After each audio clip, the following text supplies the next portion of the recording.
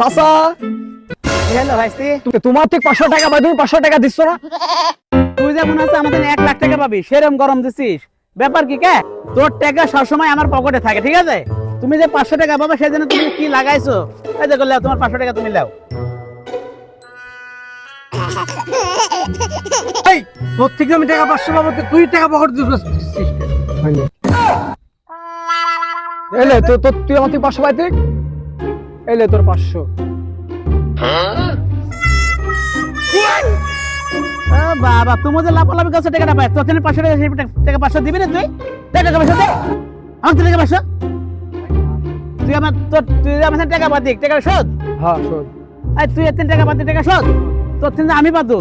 এই টাকা তোর শোধ, ঠিক আছে? আর দেয়া লাগবে না। হ্যাঁ, শোধ। গেলে টাকা লাগ, যা।